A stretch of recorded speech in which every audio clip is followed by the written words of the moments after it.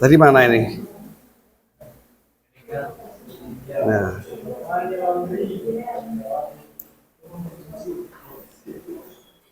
Nah, ini adalah sebuah kejahatan, tidak boleh. Tetapi sebelum regulasi ini diundangkan, maka perilaku money laundry yang diduga money laundry ini sebelum diundangkan harus dianggap boleh.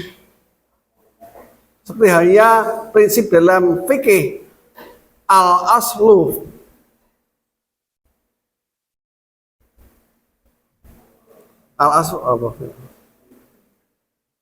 al-aslu fil asli lil ibahah. Segala sesuatunya itu aslinya boleh. Hatta ya dulu dalil ala tahrimiha, hingga muncul dalil yang mengharamkannya. Ya demikian juga dengan hukum pidana. Ketika money laundering tidak diperbolehkan, maka aktivitas money laundering sebelum diundangkan tetap harus dianggap boleh. Begitu. Bisa dipahami ya, sini ya. Kemudian leg spesialis dirugikan lagi generali. Hukum yang spesial lebih khusus ini mengesamkan hukum yang sifatnya umum. Misalnya undang-undang tipikor ini harus lebih didahulukan daripada undang-undang pidana, daripada KUHP. KUHP itu lebih umum. Yang lebih spesialis itu korupsi, maka harus didahulukan korupsinya, undang-undang korupsinya. Undang-undang yang baru mengesamkan hukum yang lama. Ini posteriori dirugikan lagi priori. Hukum yang baru mengesamkan hukum yang lama. Undang-Undang nomor 174 tentang apa? Undang-Undang nomor 1 tahun 1974 tentang perkawinan, mengatur masalah perkawinan. Nah, sebelum undang-undang ini diundangkan tahun 74, terlebih dahulu diatur lewat KUH Perdata, Burgerlijk Wetboek. Nah, berarti ketika undang-undang nomor 174 ini diundangkan, maka aturan yang ada di Undang-Undang Nomor 174 ini lebih diprioritaskan daripada pengaturan perkawinan yang ada di KUH Perdata. Bisa dipahami ya? Terus, leg superior derogat legi inferior. Hukum yang lebih tinggi lebih diutamakan daripada hukum yang di bawahnya. Kata kuncinya bagaimana? Lihat tatanan hierarki regulasi. Mana regulasi yang lebih tinggi? Dalam Undang-Undang nomor 12 tahun 2011 kalau nggak salah. Itu ada regulasi tentang peraturan perundang-undangan. Ini sudah menerapkan asas Steuvenbouw-nya Hans Kelsen tentang Grundnorm. Kemudian Grundnorm ini melandasi lahirnya norm. Ingat piramida regulasi? Piramida regulasi ini menggambarkan juga hierarkinya. Hukum yang atasan ini lebih mendahulukan dan menjiwai hukum yang ada di bawahnya. Grundnorm, hukum dasar melandasi norma-norma di bawahnya. Nah, demikian juga dengan tatanan regulasi di Indonesia. Undang-undang dasar itu melandasi lahirnya undang-undang. Undang-undang melandasi lahirnya peraturan pemerintah. Peraturan pemerintah melandasi lahirnya perpres, peraturan presiden. Peraturan presiden menjadi dasar hukum pembuatan permen, peraturan bisa dipahami ya. Lihat, kalau ada pertentangan antar regulasi, maka harus dimenangkan regulasi yang tatanannya lebih tinggi. Bisa dipahami? Ya. Itu. Ya, kita mulai dari yang khusus membahas tentang hukum perdata saja. Dalam hukum perdata, ingat ya, perlu diingat dalam hukum perdata ya. Kalau ada perselisihan, yang berselisih itu adalah person to person atau person to business. Bisa dipahami ya istilah saya. Person to person berarti apa? Yang berselisih adalah perorangan.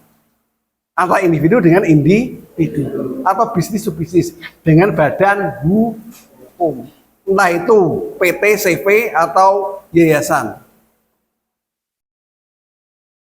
Ini ya, antar warga negara berselisih di hadapan hakim. Yang dipersengketakan apa sih? Ya hak-hak kebendaan, kekayaan,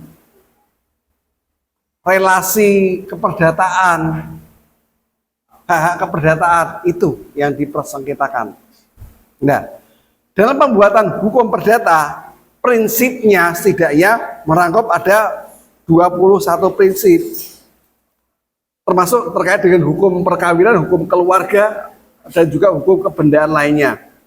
Nah, yang mengatur hukum benda harus Bingenrecht.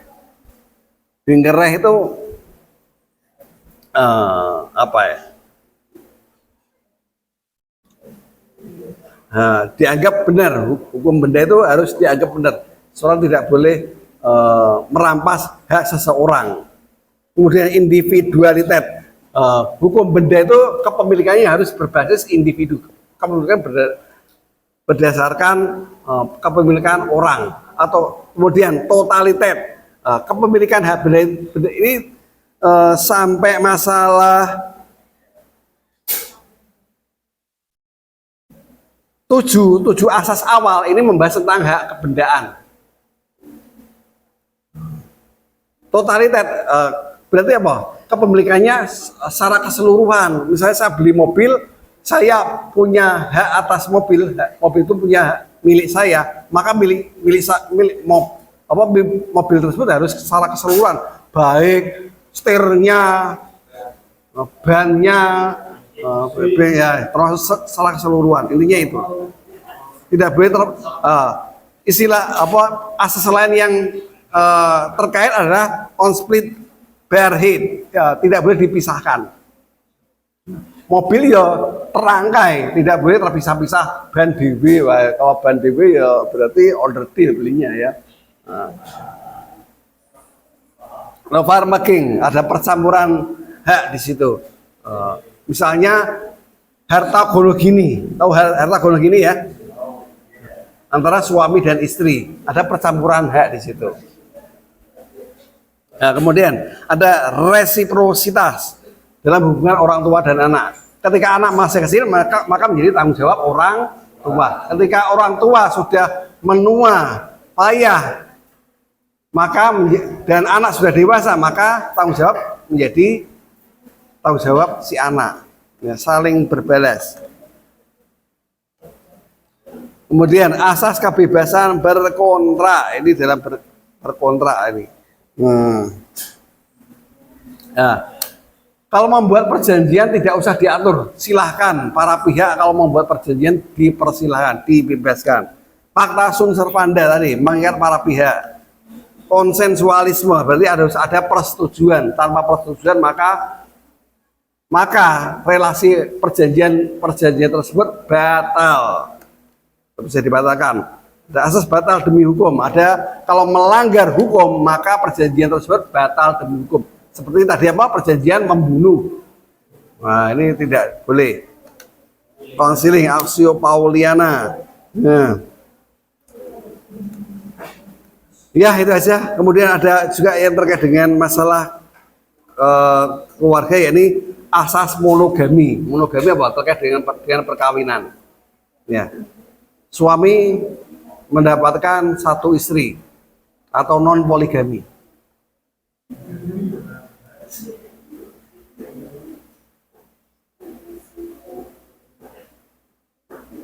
Itu ya. Kemudian pidana. Kalau pengaturan hukum pidana, ingat kalau pidana itu yang bersengketa bukan hanya dalam hukum perdata antara penggugat sama tergugat yang sama-sama orang sipilnya. Kalau pidana yang berhadapan siapa? Yang berhadapan di muka hakim, yang bersengketa di muka hakim. Tersangkanya atau terdakwa berhadapan dengan jaksa penuntut umum. Ini kalau bersengketa. Lah kalau terkait dengan masalah pidana, berarti apa? Masalah terkait dengan kejahatan. Hukum pidana harus mengatur masalah kejahatan. Hukum pidana ini isinya mengatur masalah kejahatan. Nah, dalam membuat aturan-aturan terkait dengan kejahatan, baik itu melakukan kriminalisasi atau apa?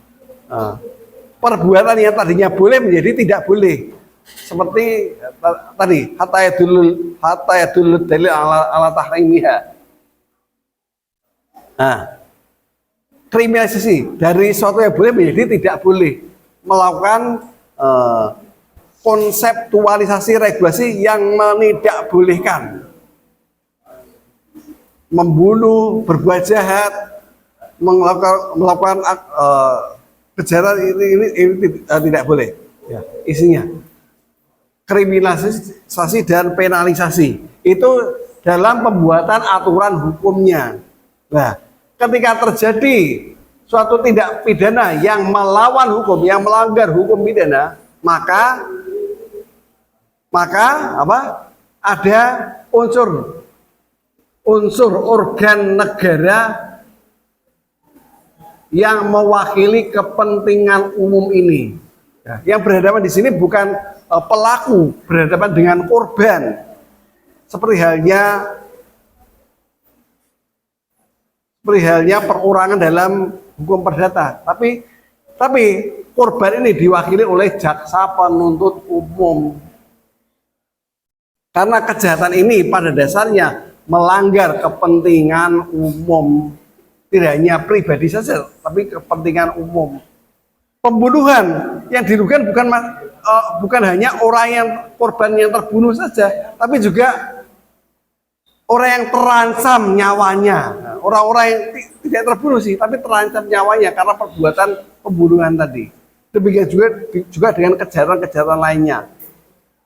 Orang tidak nyaman kalau ada kejahatan, ada kehilangan barang, ya itu berbagai macam kejahatan, pencemaran nama baik dan seterusnya. Itu terkait dengan tindak pidana kejahatan. Nah, dalam membuat aturan hukum pidana, setidaknya harus mematuhi asas-asas berikut ini. Asas legalitas seperti tadi apa? Tidak boleh berlaku, hukum tidak boleh berlaku surut. Penetapannya harus kalau telah diundangkan baru berlaku setelahnya. Kemudian kulpabilitas, harus ada kesalahan. Pemberian hukuman bagi terpidana harus berdasarkan kesalahan para pihak. Oportunitas, ya masing-masing pihak diberikan kesempatan untuk membela diri. Presumption of innocence, alas praduga tidak bersalah. Belum tentu yang dituduh sebagai tersangka ini adalah benar-benar orang yang bersalah sampai ada putusan hakim yang telah berkekuatan hukum tetap. Itu prinsipnya. Kemudian in dubio pro reo, kalau ada keraguan bagi hakim, maka hakim harus memberikan hukuman yang lebih menguntungkan bagi tersangka. Persamaan di muka hakim ya itu sama ya. Perintah tertulis dari yang berwenang. Ya, ini terkait dengan tindak pidana menyuruh lakukan. Ini harus ada orang yang dipidana ini harus bisa dianggap tidak bersalah kalau ada perintah tertulis. Misalnya pembunuhan ini melanggar hukum nggak? Pembunuhan itu jahat nggak? Nah, kalau pembunuhannya dilakukan oleh Algojo ini jahat nggak? Algojo yang tugasnya mengeksekusi, jahat nggak? Ya tidak.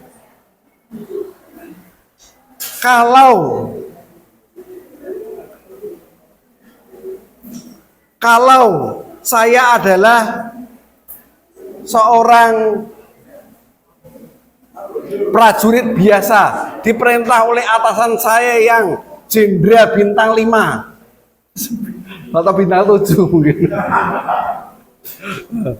Kira-kira harus tunduk pada atasan enggak? Kalau saya melakukan dan yang dilakukan itu adalah sebuah kejahatan, maka saya terancam pidana enggak? Pidananya harus dibebankan pada orang yang punya kewenangan menyuruh saya dan menganggap bahwa yang disuruh itu benar. Misalnya, ya bela diri, seorang bawahan, asumsinya ya sesuai apa yang dipikirkan oleh atasannya. Tidak, intinya bawahan itu adalah orang yang digerakkan oleh atasan. Tidak sampai tidak boleh mikir, biar yang memikirkan adalah atasannya. Karena tanggung jawabnya sudah diambil alih oleh atasan. Bahwa bawahan itu intinya tidak merdeka, berada di bawah naungan atasan. Ya, dan berbagai asas-asas hukum lainnya. Berarti seluruh aturan hukum pidana setidaknya harus mengandung 15 asas tersebut, 15 prinsip hukum tersebut. Yaitu demikian juga dengan asas dalam pembuatan hukum tata negara sama hukum administrasi negara. Semuanya ada asas-asasnya. Asas ini sebenarnya menjembatani antara regulasi satu sisi yang real, yang kaku-kaku tadi, dengan tujuan hukum. Tujuan hukum itu apa? Ayo, sudah pernah disampaikan di materi yang ketiga. Tujuan hukum apa? Tujuan hukum apa?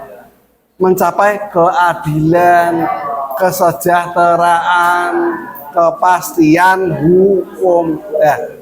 Nih, ini menjadi 3 nilai dasar hukum ini. Ya, agar tujuan ini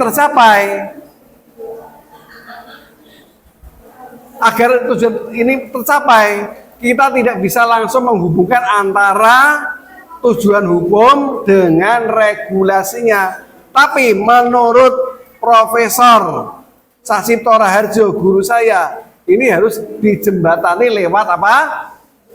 Lewat asas.